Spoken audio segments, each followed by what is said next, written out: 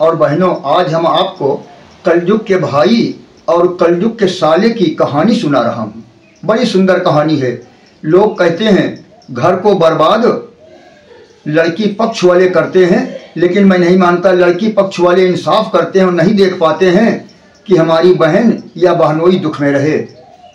ध्यान देना, एक परिवार था, बहुत गरीब परिवार था, निर्धन परिवार था।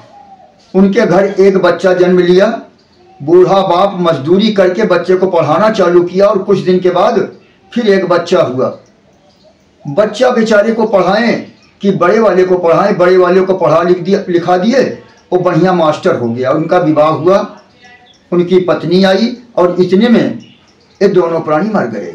छोटा भाई केवल खेती का काम करता था, हल चलाता था, खेती के काम में रत रहता था, गाय भैंस चराता था, दूध निकालता था, दूध बेचता था। इस तरीके से परिवार चल रहा था। मास्टर साहब की जब नौकरी लग गई, मास्टर बन गए, तो उनका भी विवाह हुआ, उनकी पत्नी आ गई। बड़ी सुंदर पत्नी थी, बड़ी भोली पत्नी थी। पूरे परिवार को, यानी परिवार क्या, अपने पति को और देवर को हमेशा देखती, उनकी सेवा करती। कुछ दिन के बाद देवर का भी विवाह हुआ। देवर के विवाह में पहले तो मास्टरानी ने आनाकानी किया कि काम कौन करेगा, तुम नौकरी करोगे, विवाह होने के बाद बाल बच्चा देखेगा।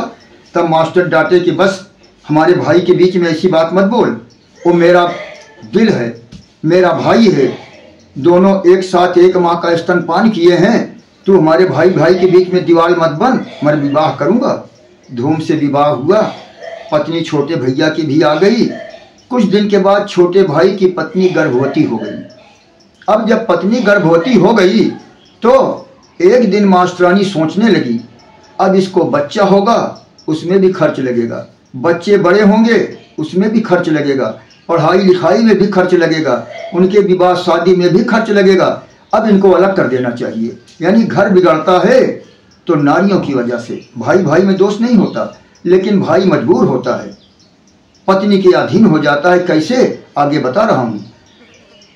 अब ये सोच रही है। शाम को मास्टर साहब आए जब, तो कहने लगी एक काम करो, अपने भैया को अलग कर दो, अब उनका परिवार अलग, हमारा अलग रहेगा। मास्टर साहब ने कहा, अरे वो बेचारा कहाँ कुछ पाता है, कमाई तो मैं कर रहा हूँ, केवल खेती किसानी करता है, और फिर अलग हो जाएगा तो खेती कौन करेगा। मास्टरानी ने कहा, मैं करूँगी, अधिया दे दूंगी, लेकिन एक में नहीं रहूँगी। मास्टर ने कहा, ऐसा मत सोचो, वो तुम्हारा देवर है, तुम्हारे बच्चे के समान है, उसे अगर अलग कर दोगी तो क्या खाएगा, कैसे रहेगा, बड़ा दुख झेलेगा। मास्टरानी ने कहा, वो मर जाए, मुझसे मतलब नहीं, मैं एक में नहीं रहूँगी। मास्टर बहुत समझाए, नहीं मानी। अंत में मास्टरानी ने कहा, अगर अलग नहीं करते हो ना, तो मैं किसी कुएं में कूदकर आत्महत्या कर लूँगी या जहर खा के मर जाऊँगी, तब राज ले लेना, रहना उनके साथ, बंध जाओगे, जेल चले जाओगे, मेरे भाई वगैरह आएंगे कि हमारे जीजा ने बहन को मार दिया, जिंदगी बर्बाद हो जाएगी, मास्टराई भूल जाएगी। अब तो मजबूर हो गए मास्टर साहब। सुबह हुई, गांव के कुछ लोगों को बुलाकर भैया से कहे कि भैया तुम अलग हो जाओ। मास्टर साहब की आंखों में आंसू है, लेकिन मास्टरानी चमक रही है। छोटा भैया रोने लगा, पैर पकड़ के, भैया ऐसा क्यों कर रहे हो, आपके बिना मेरा कौन है, मैं किसके लिए अलग हो जाऊं। नहीं भैया, हम दोनों प्राणी आपके कमल रूपी चरणों के सेवक हैं, अलग मत करो। लेकिन मास्टरानी ने कहा, ना, इतना दिन एक साथ रहे, अब तुम अलग होकर अपना परिवार देखो, हम अपना देखेंगे। घर का बंटवारा हो गया, सब कुछ बट गया।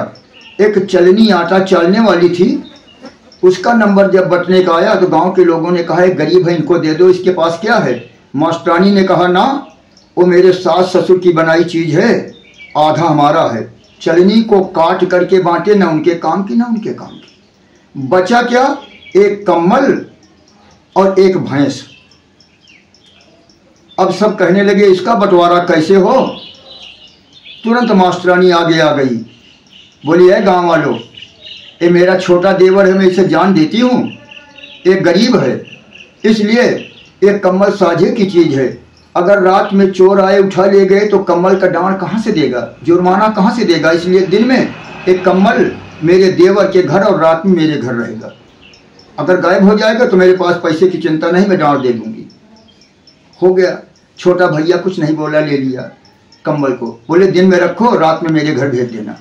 भैंस का नंबर आया, मास्टरानी ने कहा इतना दिन तक गोबर ये मेरा देवर काढ़ा है, अब गोबर ये नहीं काढ़ेगा, आगे का भाग मेरे देवर का और पीछे का भाग मेरा, पीछे से इनका कोई रिश्ता नहीं और आगे से अब मेरा कोई रिश्ता नहीं। छोटा भैया बोला ठीक है।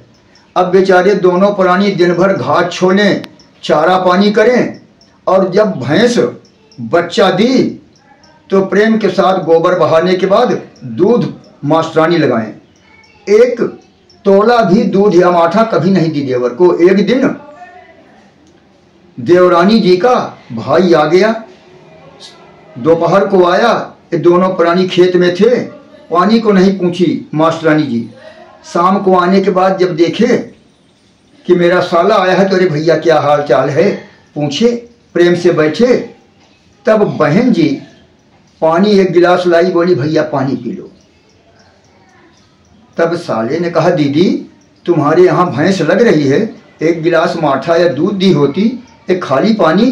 बोली भैया मेरे भाग में माठा दूध नहीं है, वो तो दीदी के हिस्सा में है, मैं कहाँ पाऊँ, मैं तो नमक से रोटी खाती हूँ, आपको कहाँ से लाऊं भैया दूध देने को, वो नहीं देंगी।